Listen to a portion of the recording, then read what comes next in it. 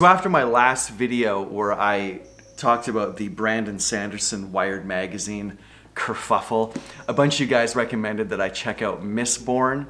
I had never read any of his work before, so this is the first go around for reading Brandon Sanderson. And I gave it a go, and I finished it up. And what do I think about it? I can completely, totally see why he has super fans that absolutely love his work. So I'm gonna do some drawing because that's what I do. If you've read Mistborn, you can probably guess who this character is. Is it completely my thing? Not entirely, not really. I think I like things, just personal preference, personal taste. I like things with a little more edge. But at the same time, that doesn't mean that the absence of that edge equals dull. I totally get why this is so popular because the world building in it is fantastic. And for those people that really like to dig into kind of technical details of, say, a magic system or something like that, this has it in spades. There's a lot that you can really get into and really dig around and play with and this kind of thing. Sort of very Harry Potter-y in a way with the magic system stuff. For me, I'm not really into that. I don't really care. You don't have to explain how things work for me to be interested in them, I guess. I'm just not that kind of personality type. I was much more interested in the characters, who I thought were fantastic. I really enjoyed the main leads much more than I thought I would, especially the female heroine of the story. I really enjoyed her development as a character and how she shifted. And my favorite scenes, although he can write really good action, that's one thing that I noticed. His action scenes were quite good. The pacing of them and stuff was really quite good. But I found myself more engaged in the scenes at court and kind of these little political things and the romances. I got sucked into the romances. Another thing that I enjoyed, which is a subtle thing, but a huge thing in fantasy, is the names. The character names are great. I love these sort of blunt nicknames that he gave a lot of the characters that completely communicate who they are and what they're about in a way, just with a name. And I really like that. It's a nice thing for the reader in a way, because you slip in all of this extra storytelling with just the way a word sounds. I kind of like that. Am I now going to go pick up all the rest and read them all? No, I'm not. Eventually, maybe. Eventually, I might dip back into this world. I did appreciate how this book wrapped up. There was no big cliffhanger requiring you to go on to the next thing. As a one and done, totally enjoyable. Am I a super fan? Not really, but I absolutely get the appeal. I can't slag the guy off. I can't think of anything really negative to say about him other than that stupid stuff that was planted in my head about raising eyebrows. Is he as bad and as lame as the Wired magazine guy was making him out to be? No. Do a lot of characters raise eyebrows, roll eyes, and frown?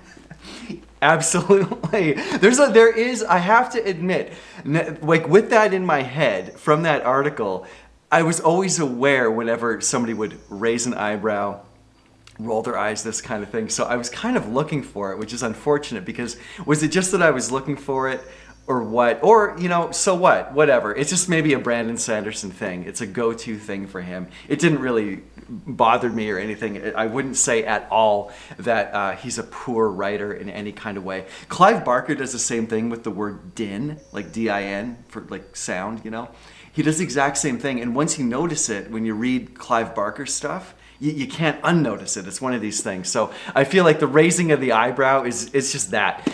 Okay, hang on, 2 seconds of self-promotion. My own graphic novel that I have coming out in September. Bookstores everywhere. It's coming out through HarperCollins and a bunch of other people all over the place. So keep an eye for it. It will be everywhere books are sold. It's called Silverwing, written by Kenneth Oppel. Went through some printer proofs and it looks fantastic. It's very exciting. It's going to be a big, big deal.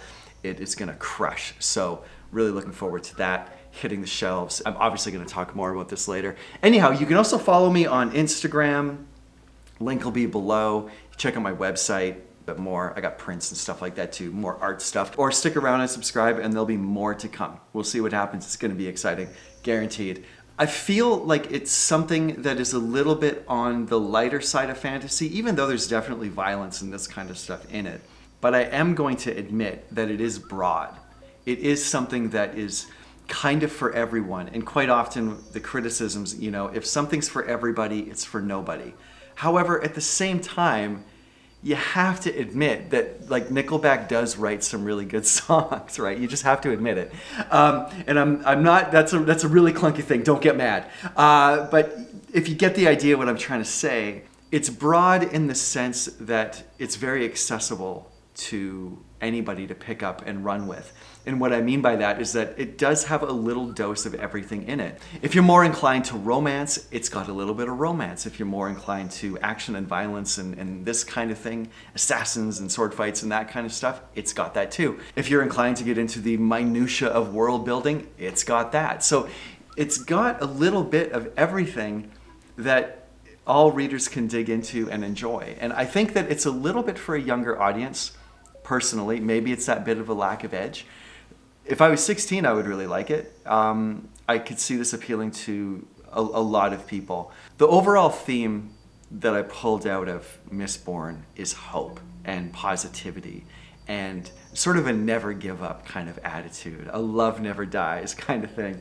I found that was sort of permeating throughout the entire thing, which I quite liked. I walked away feeling good. I hit the last sentence of the book and I closed it and I felt good. And I think that's nice. I think that's a nice thing. The other recent book that I read was We Are the Dead by Mike Shackle. And I love that too, and it's the complete opposite. It's basically Requiem for a Dream as a dark, medieval, super grim fantasy.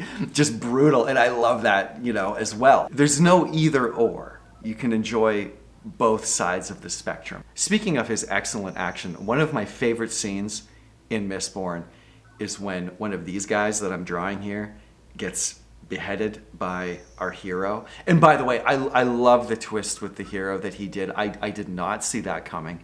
I loved it, and it kind of makes sense. And now that I know a bit more about Brandon Sanderson on his personal faith side, I totally get it. And you know what? I loved it. It filled me up with warm fuzzies. I liked it.